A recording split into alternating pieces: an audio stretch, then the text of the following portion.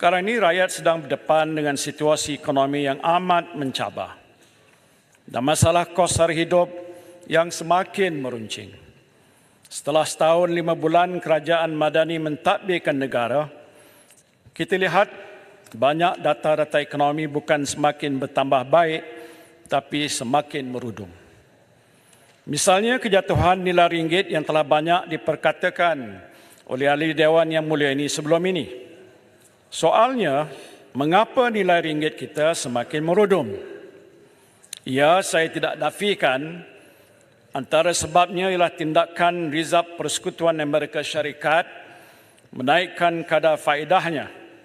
Jadi nilai ringgit jatuh berbanding dolar, RM4.80 ke 1 US dollar.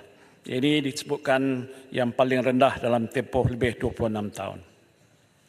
Tetapi nilai ringgit jatuh bukan saja berbanding dolar Amerika Syarikat.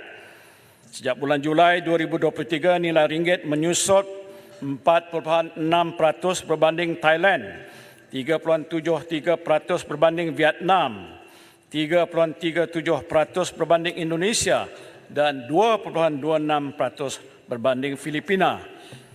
Selain itu, Bank Negara Malaysia melaporkan Reserve negara kita pada bulan Januari 2024 adalah sekitar 114.8 bilion ringgit. Jumlah ini mencukupi untuk menampung import kurang 3.6 bulan. Pada masa yang sama, kos import negara kita semakin meningkat disebabkan nilai ringgit yang menyusut. Lebih memburukkan keadaan, data juga menunjukkan jumlah deposit mata wang asing di negara kita semakin meningkat. Sehingga bulan Julai 2023, deposit mata wang asing dalam sistem perbankan di negara kita berjumlah 250 bilion ringgit, iaitu tertinggi dalam sejarah. Pada waktu wabak COVID-19 pun jumlahnya hanya sekitar 150 bilion ringgit. Apa maknanya ini? Maknanya rakyat Malaysia sendiri pun tidak yakin kepada ringgit Malaysia. Mereka tidak mahu simpan ringgit kerana bimbang nilainya akan terus menurun. Jadi mereka memilih untuk menyimpan dalam mata wang asing. Persoalannya, Tuan Yang Pertua, ialah kenapa mereka tidak yakin? Bukankah kerajaan telah memberikan jaminan bahawa nilai ringgit akan mengukuh? Kalau tanya saya, jawapannya senang saja. Dan ini telah pun disahkan oleh ramai pakar-pakar ekonomi, ialah kerana rakyat tak yakin dengan kepimpinan Perdana Menteri. Rakyat tak yakin dengan pimpinan kerajaan untuk menguruskan ekonomi negara ini dengan baik. Saya tengok Datuk Yang Pertua dalam media sosial, ramai netizen yang ulang tayang video Yang Amat Berhormat Tambun ketika dia jadi pembangkang. Dia kata, hang tak reti jaga negeri. Sekarang rakyat cakap balik kepada Tambun, hang yang tak reti jaga negeri. Datuk Yang Pertua bercakap mengenai kos sara hidup ini, kita semua tahu kerajaan telah pun menubuhkan NACOL yang dikatakan dipromosikan oleh Perdana Menteri. Tapi saya nampak NACOL ini tak berkesan. Jarang sekali bersidang atau bermesyuarat. Contohnya baru ini, saya tak nak sebut tapi terpaksa sebut, Bukit Gantang buat pengumuman kerajaan nak memperkenalkan beras putih Malaysia Madani. Tak tahu macam mana boleh timbul perkara ini. Yang mana mengikut kenyataannya, cadangan itu telah dipersetujui oleh Perdana Menteri. Tapi lepas itu Perdana Menteri atau Menteri Pertanian buat pernyataan, itu bukan keputusan kerajaan. Jadi dah cacah merebah dah. Yang mana satu betul, yang mana satu tak betul. Ini satu perkara yang pastinya perlu diberikan perhatian oleh pihak kerajaan. Kemudian Perdana Menteri ada kata pula bahawa dia akan dibawa pada mesyuarat NACOL. Persoalannya, adakah isu beras ini telah pun diselesaikan? Dan jawapannya, belum pun diselesaikan. Saya pernah menguruskan soal beras. Datuk Yang Pertua masa saya di sebelah sana dulu. Dalam Kementerian Pertanian, Kementerian Domestic Trade dan sebagainya. Tak pernah berlaku soal tak ada beras dalam pasaran. Tak pernah berlaku soal kenaikan beras. Waktu itu diuruskan oleh pihak Bernas. Saya tak kata saya setuju monopoli 100%, tapi tak berbangkit soal beras tak ada. Beras tempatan patut lebih banyak daripada beras import. Tapi sekarang ni beras import lebih banyak daripada beras tempatan. Mana pergi beras tempatan?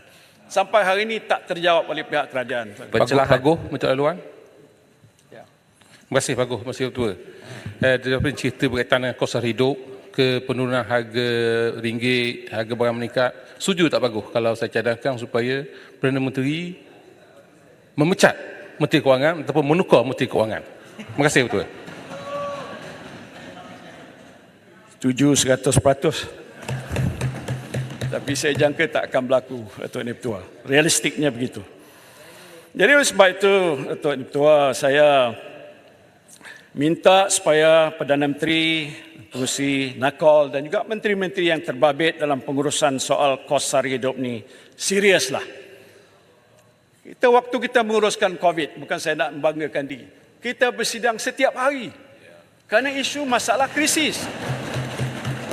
Siang malam, Datuk Ketua. Tak boleh secara fiskal, tapi kita buat secara Google, video conferencing dan sebagainya. Paguh, minta laluan, Paguh. Tapi kenapa Jelutong. soal seperti itu tak boleh diselesaikan dalam keadaan waktu mana tidak ada krisis? Berani bagi ya, Paguh? Minta maaf, saya tak bagi masa. Duduk.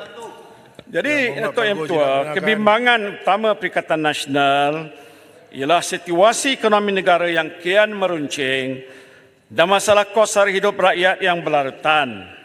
Dan jika keadaan ini berterusan, ekonomi negara kita sukar untuk dipulihkan dan akhirnya sekarang ini pun sudah berlaku yang menderita ialah rakyat jelata.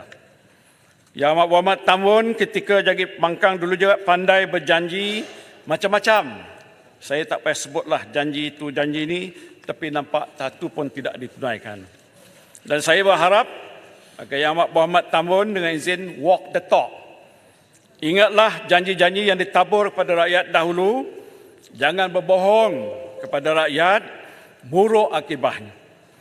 Ingatlah sabda Rasulullah sallallahu alaihi wasallam dalam sebuah hadis yang diriwayatkan oleh Imam Al-Bukhari dan Muslim, mafhumnya tanda-tanda orang munafik itu ada 3. Iaitu apabila dia berbicara, dia dusta. Apabila dia berjanji, tidak ditepati. Dan apabila diberi amanah, dia khianati. Jadi sebab itu, janganlah kita bersikap munafik dalam diri kita, na'udzubillah min zalik.